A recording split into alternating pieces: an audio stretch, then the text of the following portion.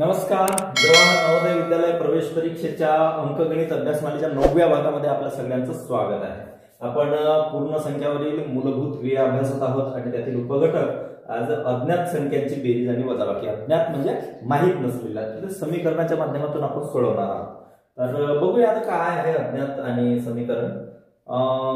बघ आता या ठिकाणी एक उदाहरण जर पाहिलं तर ही कुठली तरी संख्या आहे, त्याच्यामध्ये 5 मिळवल्यानंतर 10 येतात, म्हणजे ही अज्ञात संख्या आहे, आपल्याला माहिती नाही. तर आता ही छोटी संख्या असल्यामुळे आपल्याला माहिती होते की 5 मध्ये 5 मिळवल्यानंतर 10 होतात. पण आपल्याला या ठिकाणी ही जी संख्या आहे, मोठी जर संख्या असती तर आपल्याला काढायला अडचण झाली असते. हे पण बघा, इथून 8 मधून एखादी संख्या गेली कुठली तरी तर 6 शिल्लक राहतात. तर ही संख्या आपल्याला माहिती नाही आहे. आता या ठिकाणी सुद्धा आपण काढू शकतो की 8 मधून 2 गेल्यानंतर 6 होतात. या ठिकाणी दोन संख्यांची अशी बेरीज दाखवलेली आहे की एक कुठलीतरी संख्या आहे आणि दुसरी संख्या जी आहे ती 2 ने जास्त आहे, याची बेरीज 10 आहे. इथे एक संख्या आहे आणि दुसरी संख्या जी आहे ती पहिल्या संख्येपेक्षा 4 ने कमी आहे आणि त्याची बेरीज 4 आलेली आहे. तर अशा पद्धतीने ह्या संख्यांची मांडणी केलेली असते. आता अज्ञात संख्येच्या जागी आपण सोडवताना अक्षरांचा वापर देतो किंवा हे सुद्धा अक्षरच आहे समजा. तर हे असे जे चिन्ह आहेत किंवा अक्षर आहेत तर यांना बीजगणिताच्या भाषेमध्ये पुढे चल असे म्हणतात. चल, व्हेरिएबल. आपल्याला ते परीक्षेमध्ये काही येणार नाही, पण लक्षात ठेवायला काही हरकत नाही. तर संख्येच्या ऐवजी अक्षरांचा वापर करून आपण हे समीकरण सोडवणार आहोत पदावलीच्या ह्याच्यामध्ये.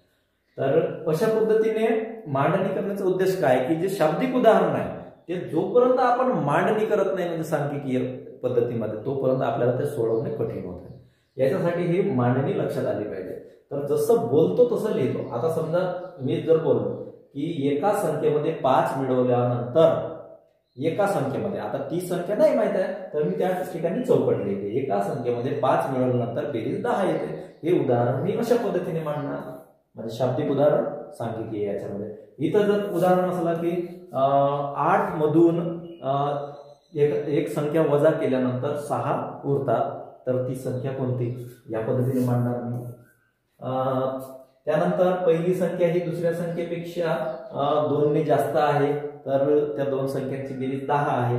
तर ती संख्या कोणती, पहिली संख्या कोणती किंवा दुसरी संख्या कोणती, अशा पद्धतीने प्रश्न येऊ शकतो. इथे पण असंच आहे की एक संख्या ही दुसऱ्या संख्येपेक्षा 4 ने कमी आहे तर त्या दोन संख्यांची बेरीज ही 4 येते.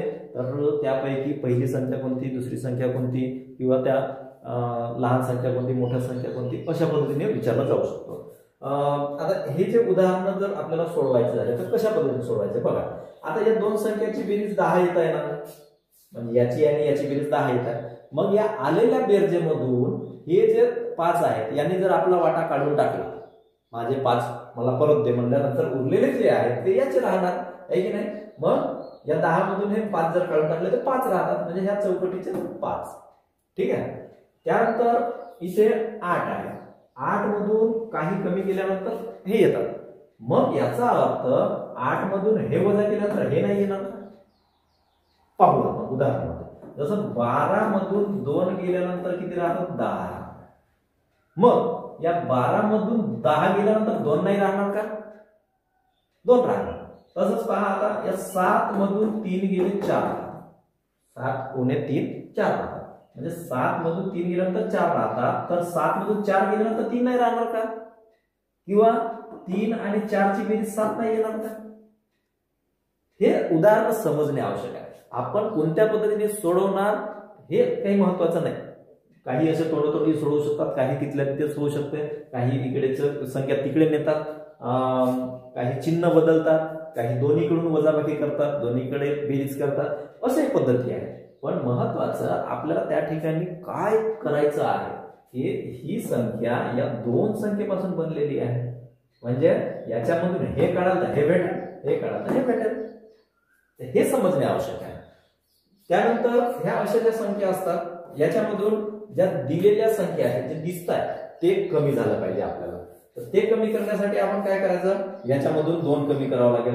मग याच्यामधून 2 कमी केल्यानंतर याच्यामधून 2 कमी होतील, म्हणजे इथून 2 कमी केल्यानंतर a अधिक 1 बरोबर किती होणार, 8 होणार.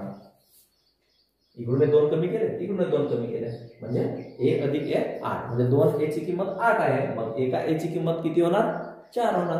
जर आपल्याला हे छोटे असल्यामुळे आपण सांगू शकतो की असं तोंड करूया की 8 4 ते 4, पण मोठी संख्या असेल तर काय करावं लागेल? 2 ने भाग द्यावा लागेल. आता या संख्येमध्ये पहा उणे 4 आहे, म्हणजे याच्यामध्ये 4 मिळवावं लागेल आपल्याला. मग 4 मिळवल्यानंतर किती होणार? अधिक 4 केल्यानंतर 0 होणार, आणि इकडे 4 मिळवल्यानंतर हे होणार 8, म्हणजे a आणि a बरोबर 8 झाले इकडे पण. मग एका a ची किंमत किती होणार? 4 होणार. सोपं आहे एकदम. a अधिक a 2a होतात असं पण सांगतात बरेच गुरुजी, अशा पद्धतीने सांगतात. ते पण चूक नाही अजिबातच. प्रत्येकाची, मी आधीच सांगितलं, प्रत्येकाची वेगवेगळी पद्धती असते. पद्धत महत्वाची नाही, तुम्हाला ते समजणे महत्वाचं आहे. काय करायचं आहे तुम्ही वेगळ्या पद्धतीने पण करू शकता. आता मी इथे अधिक काढलं, काही लोक हे 4 तिकडे घेऊन जातात डायरेक्ट, आणि याचं चिन्ह वजाबाकीचं आहे तर मग बेरजेचं चिन्ह असं पण करतात. असं या पद्धतीने बघ इकडे, जसं इथे हे 4 आहेत ना, इकडे हे 4 तिकडे घेऊन जातात. मग a अधिक a बरोबर 4, आणि हे तिकडे जाताना याचं चिन्ह वजाबाकीचं आहे म्हणून इकडे बेरजेचं चिन्ह देतात. अशा पद्धतीने पण सोडवतात. पहा इथे पण आला 4 अधिक 4 म्हणजे हे बरोबर आहे, पुढे पण सोडवण्याची गरज नाही. तर अशा पद्धतीने हे उदाहरण सोडवायचे आहेत. उदाहरणातून आपल्याला सोडवल्यानंतर पटकन लक्षात येईल. चला एक एक उदाहरण पाहूया आपण. इथे आहे एका गावाची लोकसंख्या 700 आहे, त्यापैकी 436 स्त्रिया आहेत, बाया. तर पुरुषांची संख्या किती? गावाची लोकसंख्यामध्ये स्त्रिया आणि पुरुष दोघेही असतात ना, की फक्त बाया बाया असतात, माणसं नसतात असं नाही. त्यामध्ये पुरुष आणि स्त्रिया दोघांची बेरीज असते. तर ही गावाची लोकसंख्या आहे 700, म्हणजे पुरुष आणि स्त्रिया आणि फिमेल बेरीज असतात, यांची बेरीज किती आहे? 700. आता यापैकी स्त्रिया किती आहेत, फिमेल किती आहेत? 436 आहे, आणि पुरुष नाही माहिती आहे, एमच लिहून टाकू आपण. आता यांची बेरीज येतात 700. आता बघा, माणसं आणि बाया मिळून हे एकूण लोकसंख्या झाली. आता या एकूण लोकसंख्येमधून हे जर बाया काढून टाकले तर माणसंच राहतील ना शिल्लक, तर मग काढून टाका. मग माणसं बरोबर हे एकूण लोकसंख्येमधून काय काढले आपण? बाया काढल्या. किती राहणार?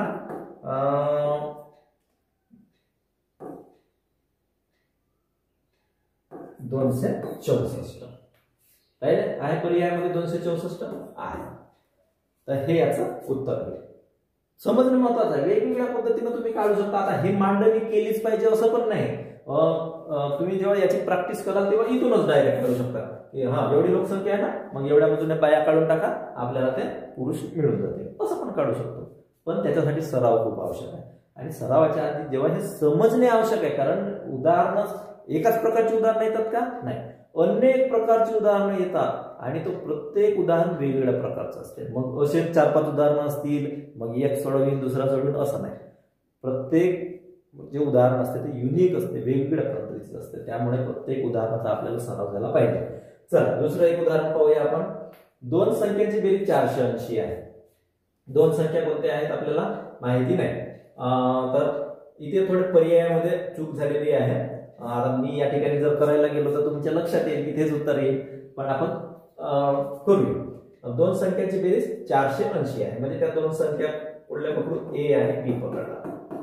ए आणि बी यांची बेरीज किती आहे? 480. दुसरी अट काय म्हणते? एक संख्या ही दुसरीच्या दुप्पट आहे, म्हणजे ही संख्या हिच्या दुप्पट आहे, म्हणजे ए बरोबर काय होणार? बी अधिक बी किंवा 2b आहे की नाही? म्हणजे दुप्पट आहे ना, म्हणजे 2b बरोबर हे ए आहे. ठीक आहे. तर आता दोन्हीपैकी मोठी संख्या कोणती? तर आपण काय करूया, ए ची किंमत जे मिळाली आहे, काय मिळाली आहे किंमत? 2b. तर हे या उदाहरणात टाकू देऊ, या उदाहरणात. मग काय होणार? 2b बी अधिक बी अधिक हे बी जसेच्या तसेच आहे बरोबर हे 480. म्हणजे ही याची जे आलेली किंमत आहे, कशाची किंमत? ए ची किंमत काय आली होती? बी अधिक बी. तर हे इथे ए च्या जागी टाकला आपण, आणि तो बी जसं तसं इथे लिहिला. आलं लक्षात? आणि त्यानंतर हे 480. आता सोडतो. 3b आहेत आपल्याकडे, 3b आणि इकडे 480. आता हे 480 जर या तिघांना वाटप करायचे असेल सारखे सारखे, तर काय करावं लागेल? भागीला 3. म्हणजे एका बी ची किंमत 480 भागीला 3 होणार, नाही का? कारण हे तिघे जण आहेत ना, मग तिघांना सारखं सारखं वाटप करायचं आहे, म्हणजे भागीला 3 करावं लागेल. तर भागीला 3 केल्यानंतर काय होईल आपल्याला, बी बरोबर 3 1 3 3 6 18 म्हणजे बी बरोबर 160 आली. आता बी ची किंमत 160 आली आणि एकूण किंमत किती आहे 480. मग ए काढण्यासाठी या 480 मधून जर आपण 160 जर काढून टाकले तर आपल्याला या ए ची किंमत नाही मिळणार का. काढा मग, शून्यामधून 0 गेले 0, 8तून 6 गेले 2 आणि 4तून 1 गेला 3. याची ए ची किंमत किती आली 320 आली. ए ची किंमत 320, बी ची किंमत 160. बघ आता आपली अट काय होती, दुसरीच्या दुप्पट आहे. पहिली संख्या ही दुसरीच्या दुप्पट आहे किंवा एक संख्या दुसरीच्या दुप्पट आहे. पहा ही एक संख्या बी आणि ही दुसरी संख्या आहे ना दुप्पट. 160 दुने 320 आलं. ही एक संख्या आणि ही दुसरी संख्या. आता त्याच्या पलीकडचं काय म्हणतात, दोन्ही पैकी मोठी संख्या कोणती, मोठी संख्या कोणती ते दुप्पटवाली, तिथे 320. तर इथं पर्याय मी आधी सांगितलं होतं, पर्याय देताना ते 360 ऐवजी किंवा ते लिहिल्या गेलं नाही. तर याचं उत्तर किती आहे 320 हे उत्तर आहे. चला समोर पाहूया. शुक्रवारी 110 लोक सर्कस बघायला गेले. लिहून घेऊया. शुक्रवार म्हणजे काय लिहू मी, फ्रायडे लिहतो. चालेल. फ्रायडेला किती लोक बघायला गेले 110 लोक बघायला गेले. शुक्रवारच्या तिप्पट लोक शनिवारी गेले. शुक्रवारच्या तिप्पट म्हणजे शनिवारी किती गेले, शुक्रवारच्या तिप्पट म्हणजे 110च्या तिप्पट. 110च्या तिप्पट किती होणार 330. तिथेच आता इकडे मांडणी करायची काही गरज नाही. आता मग एफ एफ एफ असं लिह किंवा 3F असं लिहिण्याची गरज नाही. शुक्रवारी 110 गेले आणि शनिवारी किती गेले तिप्पट गेले म्हणजे 110च्या तिप्पट 3 पट किती होणार 330. आता ह्या दोन दिवशी म्हणजे शुक्रवार आणि शनिवार दोन मिळून किती लोक बघायला गेले, किती गेले 440 लोक बघायला गेले. आता हे समीकरणामध्ये आपण मांडलं नाही. मी आधीच सांगितलं समीकरण मांडणे किंवा सोडवणे हे आवश्यक नाही, फक्त तुम्हाला ते समजणे आवश्यक आहे. तुम्ही तिथल्या तिथेच करू शकता. आता पहा हे जर मी समीकरणात जर मांडायचं केलं असतं तर काय झालं असतं की एफ अधिक एस बरोबर काहीतरी लोक बघायला गेले मला माहिती नाही. त्यानंतर एफ म्हणजे किती आहे 110 आहे आणि एस म्हणजे 3F लिहिलं असतं अधिक बरोबर किती, मग एफ बरोबर 110 आहे. मग इथं लिहिलं असतं 3 गुणिले 110 आणि मग सोडवलं असतं. एवढा लांब लचक सोडवेपर्यंत मला वेळ मिळणार आहे का, नाही. ज्या गोष्टी आपण इथल्या इथे करू शकतो त्या गोष्टीला फार वेळ लावायचा नाही. इथे काय म्हणते की शुक्रवारच्या तिप्पट लोक शनिवारी गेले, मग शुक्रवारच्या तिप्पट डायरेक्ट आपण 330 केलं. इथं समीकरण वगैरे मांडण्याची गरज नाही, फक्त समजणे आवश्यक आहे तुम्हाला काय करायचं. यांची दोघांची बेरीज केली, उत्तर आलं 440, पर्यायामध्ये आहे 440 म्हणजे हे त्याचं उत्तर आहे. चला पुढचं उदाहरण पाहूया.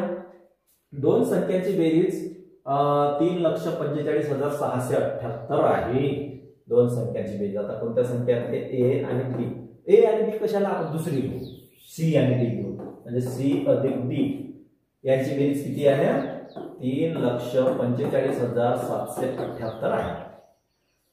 जर एक संख्या दुसरीपेक्षा एक संख्या म्हणजे कोणती संख्या समजू ही संख्या म्हणजे सी बरोबर डी पेक्षा 16,016 ने मोठी आहे. पहा 16,016 हे काम असं लिहिलं असेल की तुम्हाला अक्षरात लिहिलेली संख्या अंकामध्ये लिहिता येते का हे तपासण्यासाठी ते लिहिलेलं आहे. त्याच्यामुळे असं येतं. त्यामुळे आपण आधी पाहिलेलं आहे ना की अंकामध्ये अक्षरी लेखन अक्षरांचं अंकामध्ये लेखन पाहिलेलं आहे.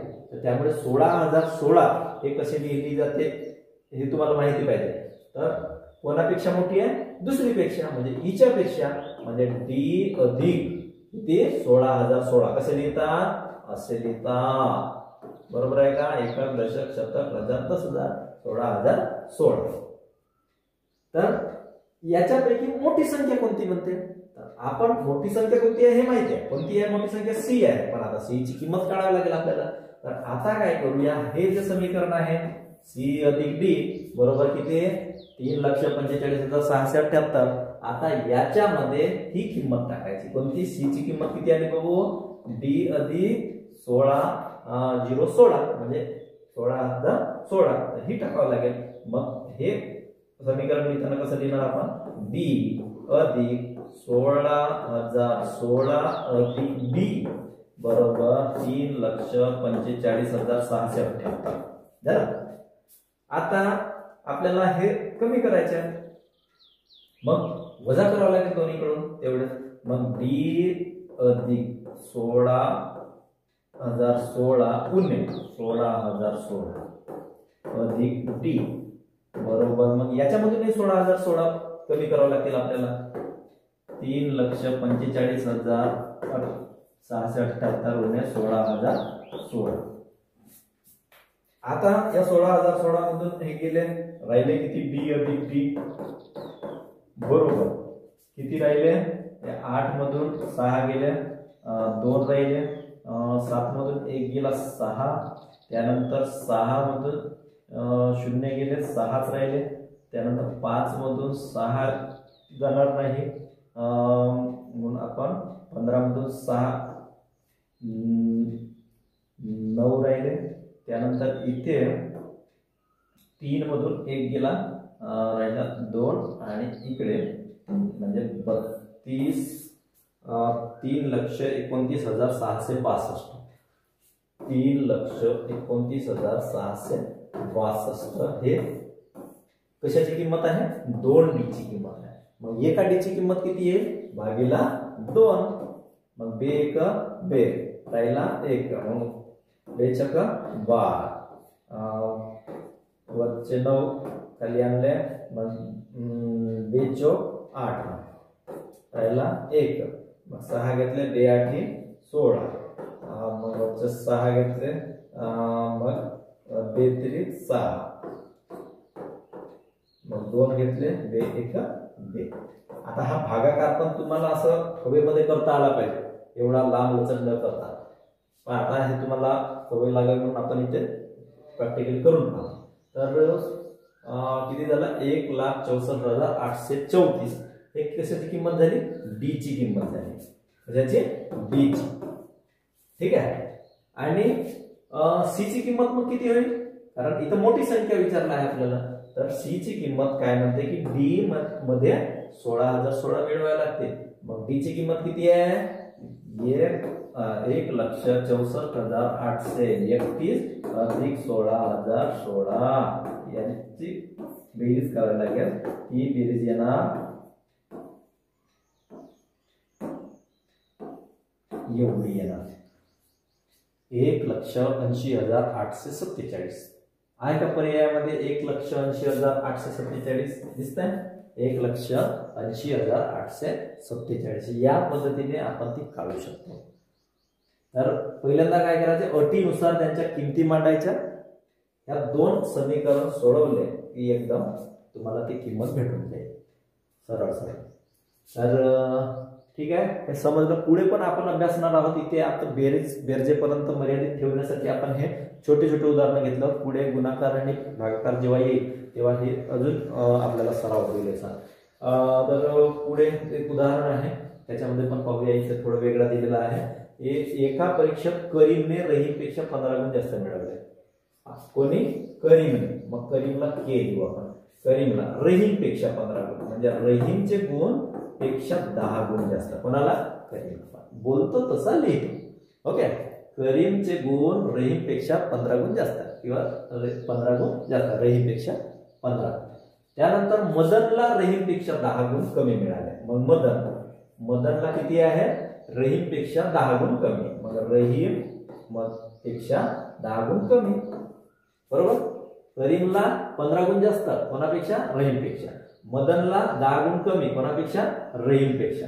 आता काय म्हणते का तिघांना मिळून 110 गुण मिळाले. मग तिघे कोण कोण आहेत? आपल्या करीम आहे, त्यानंतर मदन आहे आणि रहीम आहे. तर या सगळ्यांची बेरीज किती आहे? 110. मग आपल्याला काय करावं लागेल? मांडणी करावं लागेल. मग के अधिक यम अधिक आर याची तिघांची बेरीज किती येत आहे? 110. मग करीमची बेरीज काय आहे? आर अधिक 15. मदनची काय बेरीज आहे? आर उणे 10 आणि रहीमची बेरीज रहीमच आहे, आरच आहे, म्हणजे माहितीच नाही आपल्याला। ठीक आहे, त्यांची किती आली बेरीज 110। आता आपण काय करायचं, हे सोप्या पद्धतीने मांडू। सोप्या पद्धतीने म्हणजे हे जे अंक आहेत ते एकीकडे मांडू, अक्षर एकीकडे मांडू। मग काय होणार, पण त्याचे चिन्ह बदलता कामा नये, त्यांच्या समोर जो असलेला चिन्ह आहे तो जसा तसाच पाहिजे। पण हे केव्हा, आपण जेव्हा बेरीज आणि वजाबाकी असते तेव्हाच, जेव्हा बेरीज आणि वजाबाकी फक्त असते, गुणाकार भागाकार असेल तर असं होत नाही। ते आपण पुढे शिकणार आहोत, जेव्हा बाडमास शिकणार तेव्हा। पण इथे बेरीज आणि वजाबाकी आहे ना, तर मग काय करणार, आर जे आहे ते समोर आणणार। ठीक आहे, हा आर, त्यानंतर अधिक आर आणि अधिक आर। ठीक आहे, मग अधिक 15 उणे 10 झालं, मग बरोबर 110।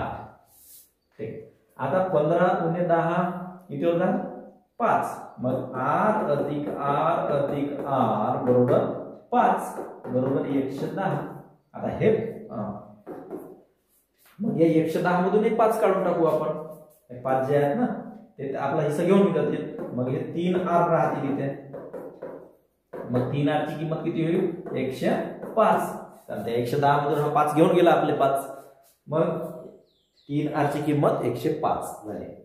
आता या तिघांनाही 105 वाटप करायचे आहे समान, मग काय करावं लागेल, या 105 भागीला किती करावं लागेल 3, बरोबर 105 भागीला 3, मग करा भागाकार, 3 त्रिक 9, मग किती राहिले 1 राहिला, वरचे 5 घेतले, 3 5 15। अशा पद्धतीने किती राहिला,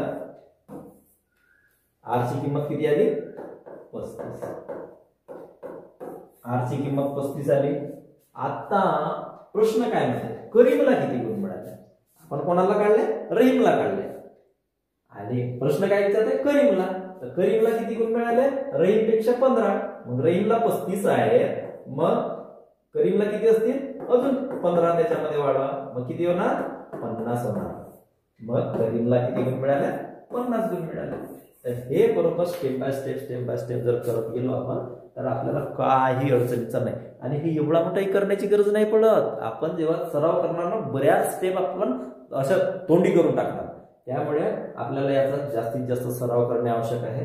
हे समीकरण म्हणजे हे एवढंच झालं नाही, याच्यामध्ये गुणाकार भागाकार अजून वाढू शकतात, पण सुरुवातीला तुम्हाला हे समजणे आवश्यक आहे की याच्यामध्ये सांगलेल्या गोष्टी, शाब्दिक स्वरूपामध्ये ज्या सांगितलेल्या गोष्टी आहेत त्या आपल्याला सांख्यिकीय स्वरूपात अशा मांडता आल्या पाहिजे।